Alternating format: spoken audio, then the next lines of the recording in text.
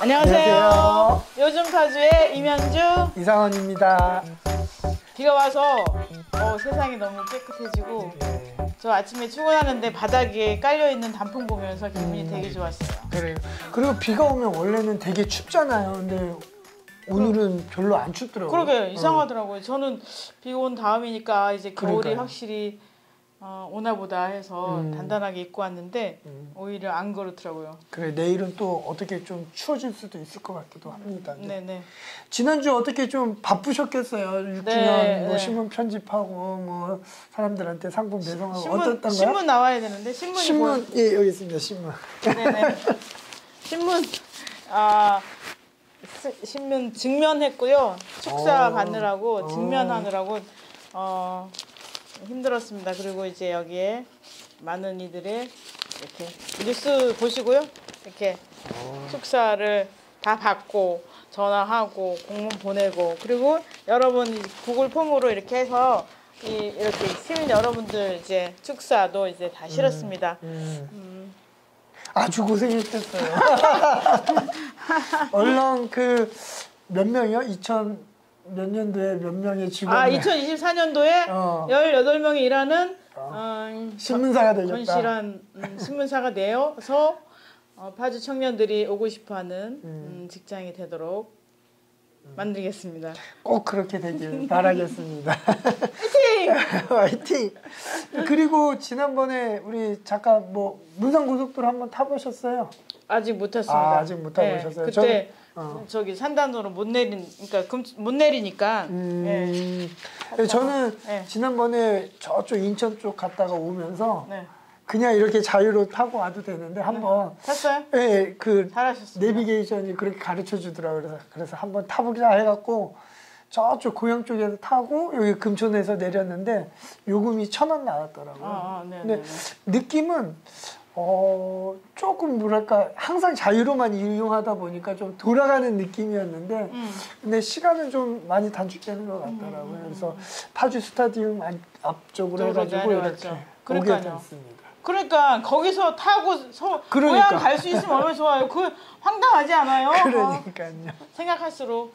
그래서 저희 이번에 그 신문의 사설도 그게 됩니다. 이제 서울 문산간 고속도로가 남북 경협 시대를 맞이하는 기간 도로가 될 것이다라는 취지를 갖고서 이제 추진했단 말이에요. 그래서 이제 정부 돈이 2조 2천억 정도 들어갔고 이제 한 건데 파주는 패싱하잖아요. 그러면 파주 시민들은 남북 경협, 뭐 예를 들면 개성공단 재개 이거 상관없는 사람들이 되는 건가요? 너무 속상해요. 꼭 이른 시일 내에 빨리 개통되기를 바라겠습니다. 네. 근데 아까 말씀 중에 금천에서 고향 쪽으로 가는 건 되는 거예요? 위로 올라가는 게 안 되는 거고. 금천에서 고향으로 내려가는 건 되는 거예요. 문산 쪽으로 가는 게 안 되는 거고. 그거 말씀드리려고 한 거고. 오늘은 본격적으로 오늘 이야기를 나눠봤으면 좋겠는데요. 네. 이번 주 금요일이 내일이 파주시의회 정례회가 있는 날이에요. 그래서 그 정례에 대해서 좀 자세히 알아보고 일정이 어떻게 되는지 시민들 여러분께 좀 안내해드리고 어떤 안건들이 좀 올라오는지 전반적으로 좀 그 정례에 대해서 좀 자세히 좀 다뤄봤으면 좋겠어요.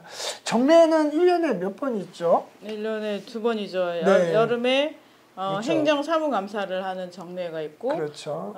지금 11월 달에는 예산 2021년도 파주시 살림을 어떻게 할 것인가에 관한 예산을 심의하는 예산심의 정례회의입니다. 그렇죠. 그러니까 정례회가 1년에 2번 있고 그 사이사이에 임시회가 계속 있어서 뭐 의원 발의한 조례나 집행부에서 발의한 조례를 이렇게 통과시키는 그런 과정들을 겪잖아요. 그래서 이번 내일부터 있는 222회차 그 2차 정례회의가 있는데 그 부분에 대해서 일정을 한번 좀 쭉 살펴보도록 하려고 합니다. 네네. 기간은 회기 기간은 2020년 11월 22일 금요일부터 12월 18일 금요일까지 네. 약 29일간 진행이 될 예정입니다. 네. 그래서 1차 본회의는 내일 10시에 본회의가 열리고요. 저도 한번 시간이 되면 방청을 해보려고 하는데 한번 시의회 물어봤어요. 그랬더니 코로나 때문에 뭐 안 될 것 같았는데 아직까지는 방청이 가능하다고 하니까 시민 여러분께서도 관심 있으시면 신분증 꼭 지참해서 방청 신청하시면 방청을 하실 수 있다고 합니다. 네, 네. 근데 본회의는 재미없어요. 그렇죠. 근데 네, 상임위에서 예산 심의를 그렇죠. 세부적으로 이제 검토하는 예결이나 아니면 상임위에서 그 관련 부서 예산을 검토하는 그 회의 때 들어가는 게 좋습니다. 네, 내일 아무래도 그 뭐랄까 시장 연설이 있으니까 그러니까 예산 어떻게 다루겠다 시장이 나와서 얘기할 것 같으면 그거를 한번 들어보는데 의의를 두면 좋지 않을까라는 생각이 들고요. 그래서 내일 1차 본회의를 하고 11월 23일부터 12월 3일까지 상임위원회 활동을 합니다. 그래서 그때 일반 안건을 심사를 하고 그 다음에 2021년도 예산 및 기금안 예비 심사를 하게 되는 일정이 있습니다. 그 다음에 12월 4일 12시에 또 2차 본회의가 있겠습니다. 그래서 거기에서는 뭐 의사 일정 결정하고 그 다음에 2020년도 3회 추가 경정 예산안 심의가 있을 거고요. 그 다음에 2020년도 파주시 기금운용계획 변경 계획안, 그 다음에 예결산 특별위원회 구성 및 의원 선임의 건, 그 다음에 상임위원회 심사보고 안건 의견, 그 다음에 시정에 관한 질문의 건으로 해서 2차 본회의가 진행될 예정에 있습니다. 그리고 그가 12월 4일 날 금요일 날 2차 본회의가 있고 그 다음 주부터 이제 예결위가 그렇죠. 열리는 거죠? 예산결산 특별위원회가 열리게 돼서 이번에 예결위원장은 그걸 제가 아직 파악은 못했는데 그건 나중에 한번 파악을 의원들이 순서대로 하거든요. 네네네. 지난번에 박원주 의원님이 위원장 했었나? 그러면 이효숙 의원님이 하실 수도 있고 아닐 수도 있고. 네네. 그래서 12월 4일 날 2차 본회의가 끝나고 그 다음 주 12월 7일부터 12월 17일까지 예산결산 특별위원회 활동을 하면서 거기에서 2021년도 예산을 다루게 되는 거지요. 그 다음에 12월 18일 날 금요일 날 10시에 제3차 본회의를 통해서 그간에 있었던 것들을 다 의결을 하는 그런 정례회가 진행이 될 예정에 있습니다. 그래서 파주 시민들께서 아무래도 가장 관심이 있고 관심을 가져야 할 게 파주시 예산이잖아요. 그래서 이번 정례회를 조금 주의 깊게 관심을 갖고서 파악을 해보면 좋지 않을까라는 생각을 가지고 있고요. 그리고 시민들께서 좀 무언가 의견을 개진하고 그럴 때가 있으면은 필요가 있다라고 하면 뭐 각 지역에 시의원들 있으니까 시의원들께 이런 것들 좀 얘기 좀 해줘라 라고 하면 그게 진정한 대의민주주의가 되지 않을까라는 생각을 하고 있습니다. 네. 혹시 이번 네네. 정례회 때 뭐 이제 의원 발의 조례라든지 뭐 이런 거 올라온 거 있나요? 예, 지금 그 자치행정위 소관에서 올라오는 의원 발의 안건들이 있고 그리고 도시산업위원회에서 올라오는 의원 발의 안건이 있는데 자치행정위에서는 박은주 의원이 파주시 여성친화도시 조성에 관한 조례 일부 개정안이 올라간 예정에 있습니다. 자치행정위에서는 의원 발의가 그렇게 있고 그 다음에 그 행정부에서 올라온 조례들이 많이 있더라고요.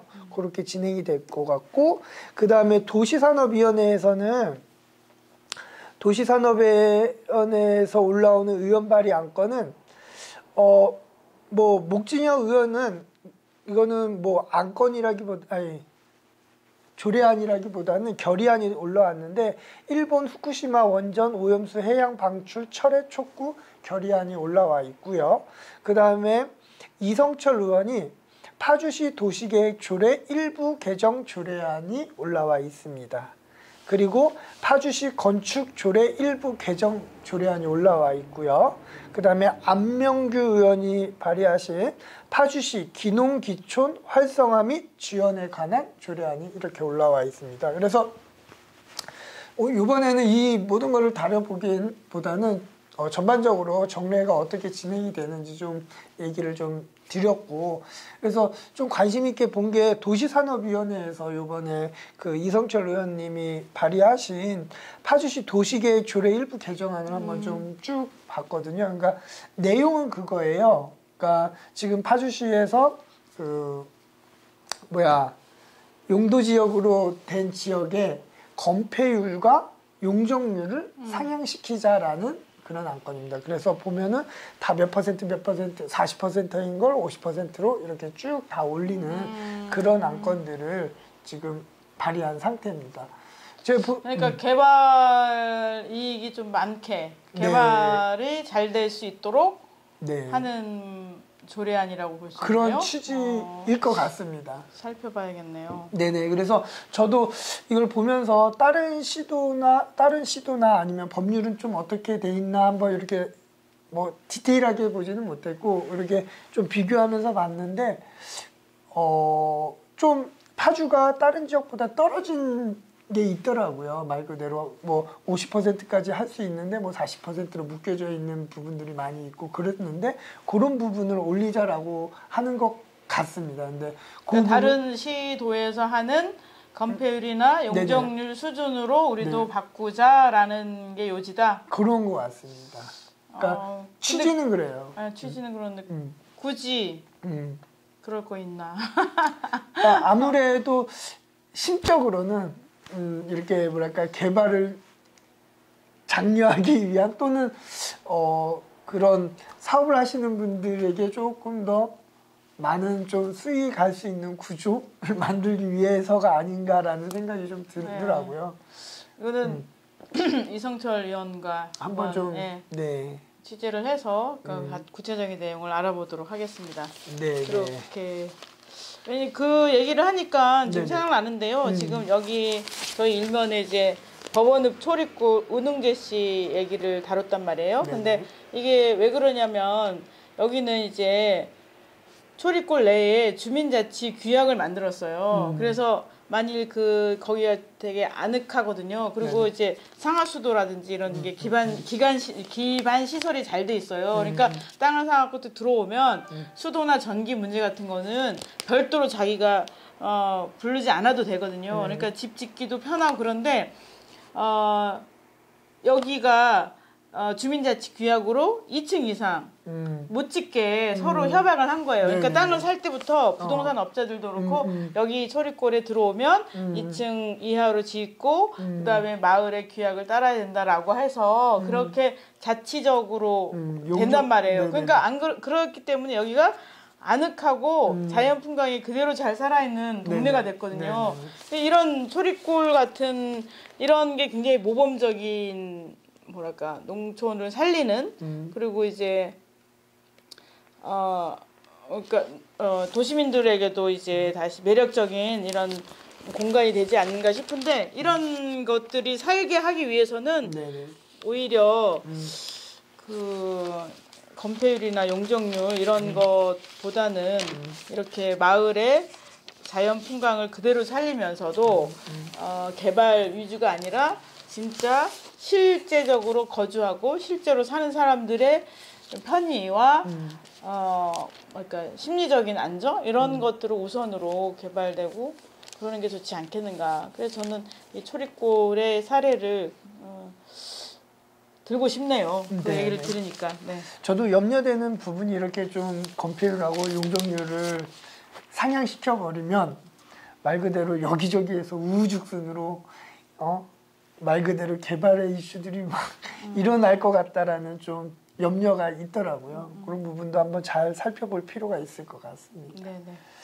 네, 그래서 오늘은 전반적으로 정례 회의가 이렇게 진행이 되고 앞으로 뭐 자치행정위에서 다룰 안건들, 그 다음에 도시산업위원회에서 다룰 안건들, 우리 집행부에서 올라온 조례안들이 여러 가지가 있는데 이번 그 정례 기간 동안에 저희가 좀 그것들 자세히 살펴보면서 매주 그거에 대해서 조례들을 좀 살펴보는 그런 시간을 가지면 좋겠고, 그리고 예산안을 아직 제가 보질 못했어요. 그래서 그 예산안이 나오면 예산에 대해서도 같이 한번 좀 이렇게 보면 좋지 않을까. 그리고 예산뿐만이 아니라 결산도 한번 보면서 과연 잘 집행이 됐는지 예산이, 그리고 집행될 때를 집행이 안 된 게 있는지 또는 과도하게 집행된 게 있는지 한번 그런 부분들을 한번 같이 살펴보면 좋을 것 같다라는 생각을 네. 갖고 있습니다. 네, 네. 그리고 이 책은 어떤 의미로 갖다 놨을까요? 여기 문산변천사? 네네네.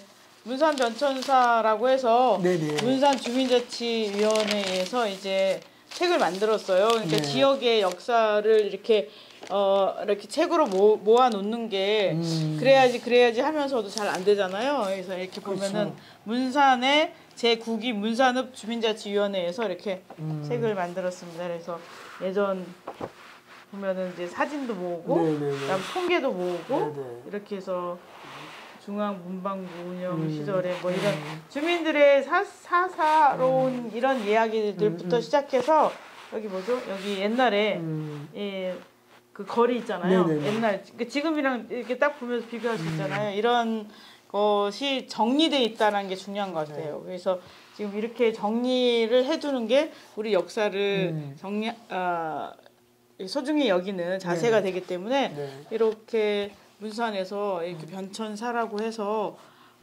정리한 게 의미가 있다. 그래서 만일 문산에서 살던 사람들이 이 책을 보면서 옛날 그렇지. 기억도 되살리고 네. 그때 있었던 역사도 되새길 수 있지 않을까. 네. 그래서 이 뭐랄까 문헌으로 그다음에는 그냥 기억으로만 됐던 거, 아니 문헌을 통해서 기억으로만 전수되거나 구전으로 됐던 것들이 다시 되살아나서 또 그 안에서 또 이야기를 만들 수 있잖아요. 그런 얘기들을 여기서 찾을 수 있지 않을까 이런 생각이 듭니다. 그래서 모범적인 사례여서 문산의 주민자치위원회에서 만든 문산 변천사를 이제 여기 소개하려고 갖고 나왔습니다. 요즘에 이런 지역도 그렇고 어떤 뭐 부분도 어떤 굴도를 이렇게 그 아카이빙이라고 하나요? 네네네. 그런 사업들을 네네. 많이 진행하는 것 같더라고요. 네네네. 이게 뭐 역사적으로 그런 것들을 잘 쭉 일목요연하게 보고 하는 거니까 뭐 후세 때에게 좋은 사업들이 특히 되는 것 이제 같습니다. 파주시 중앙도서관이 네네. 이런 이제 파주의 기록 유산,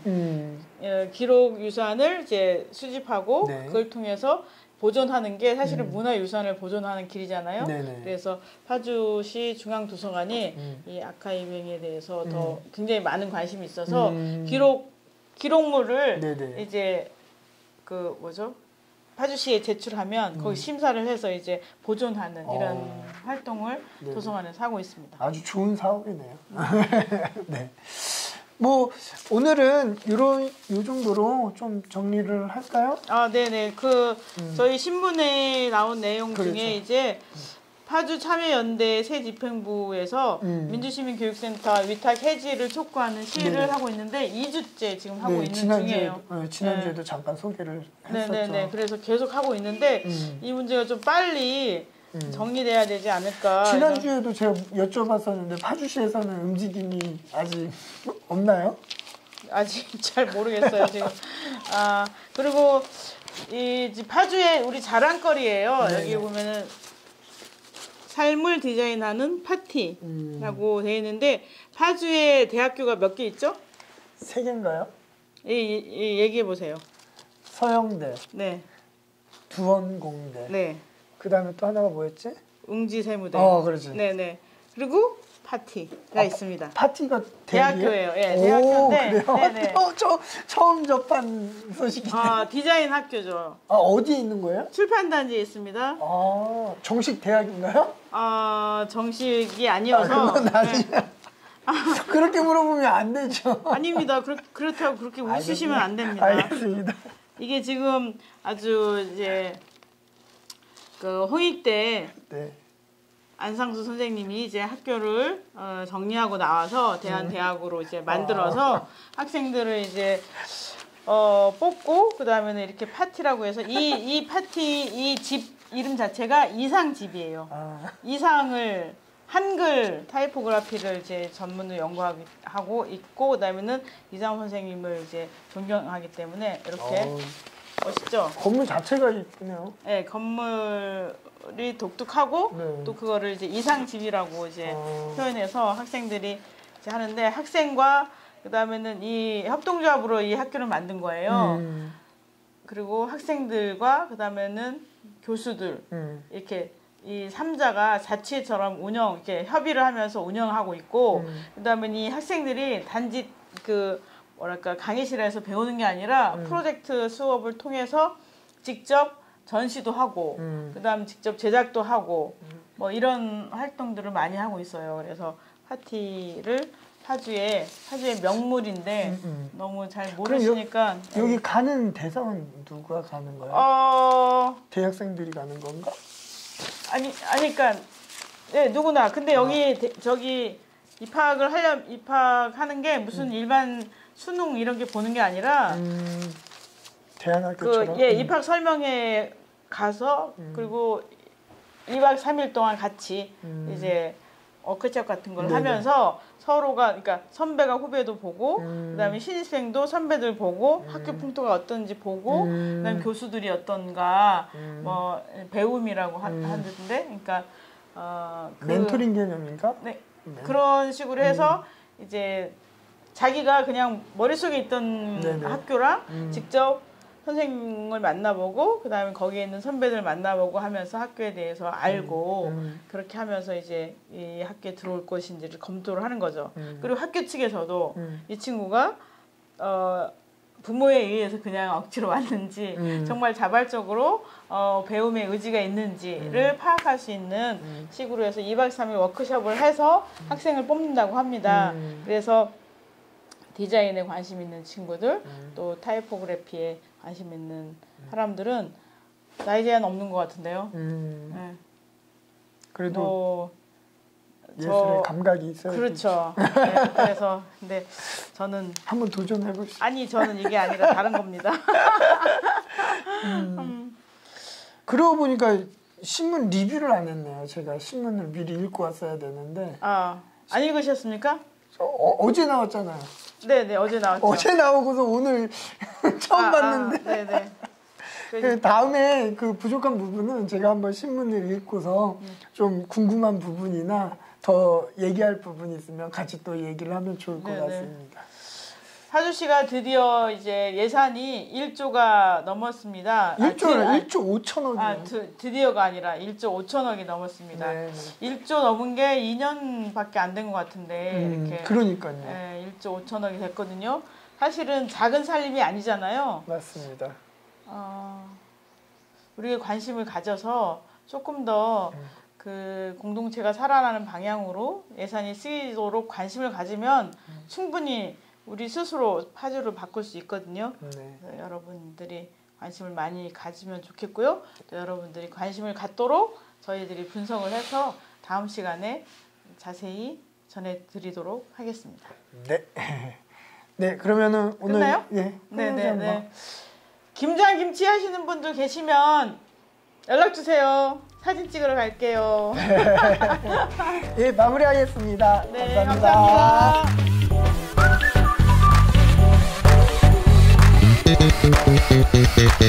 감사합니다.